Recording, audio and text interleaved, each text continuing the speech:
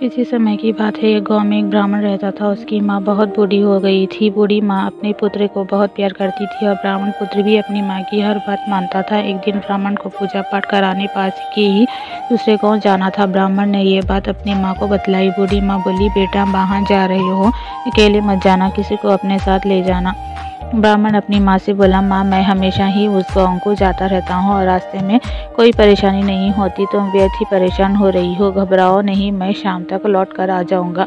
ब्राह्मणपुर जाना तो अकेला चाहता था, परंतु वे अपनी माँ की बात की अवहेलना भी नहीं करना चाहता था। वे घर से निकला गया और जैसे ही गाँव से लगी नदी के पास जा पहुँचा, एक केकड़ा उसके पैर के नीचे दबते दबते बच गया। ब्राह्मण को लगा, अगर ये केकड़ा रास्ते में यूं ही घूमता रहा तो किसी और के पैर के नीचे आ जाएगा। ब्राह्मण को अपनी माँ की बात याद आई और कि अकेला मत जाना।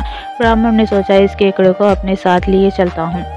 उसने अपनी पोटरी के एक खाली डिबिया निकाली और उस केकड़े को डिबिया में रख लिया। इस प्रकार ब्राह्मण ने अपनी माँ की बात भी रख लिया। अब वो 1 से 2 हो गए। ब्राह्मण अपने रास्ते चल दिए। गर्मी के दिन थे और धूप बहुत तेजी से चलते चलते ब्राह्मण थक गया तो आराम करने के लिए एक पुराने बड़े पेड़ के नीचे लेट गया। उसे कब नींद लग गई पता ही नहीं चला। उसी पेड़ के कोठरी में एक काला सांप रहता था। ब्राह्मण की पोटरी में पूजा पाठ की सामग्री थी, जिसे सुगंधित पूजन सामग्री की खुशबू आ रही थी। काला सांप अपने कोठर में से निकला, पोटरी में घुस गया और उसने रखी सामग्री में खाने की सामग्री ढूंढने लगा, जिससे पोटरी में रखा सामान गिर गया और केकड़े की डिबिया भी खुल गई। सांप जैसे ही केकड़े को खाने के लिए आगे बढ़ा, केकड़े ने अपना नुकीला डंक सांप के गर्दन में फंसा कर गड़ा दिया। केकड़े के द्वारा अचानक किए हमले से सांप संभल नहीं पाया और वहीं मर गया।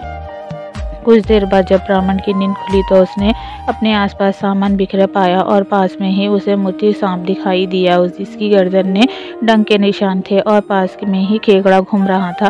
ब्राह्मण समझ गया कि इस सांप को केकड़े ने मारा है और केकड़े के कारण आज उसकी जान बच गई। तभी उसे अपनी माँ की बात याद आई कि कहीं अकेले मत जाना। ब्राह्मण ने अपनी जान बचाने के लिए केकड़े का धन्यवाद दिया और वापस जाते समय नदी के पास छोड़ दिया। ब्राह्मण और केकड़े की कहानी से हमें शिक्षा मिलती है कि हमेशा अपने माता पिता की बात माननी चाहिए।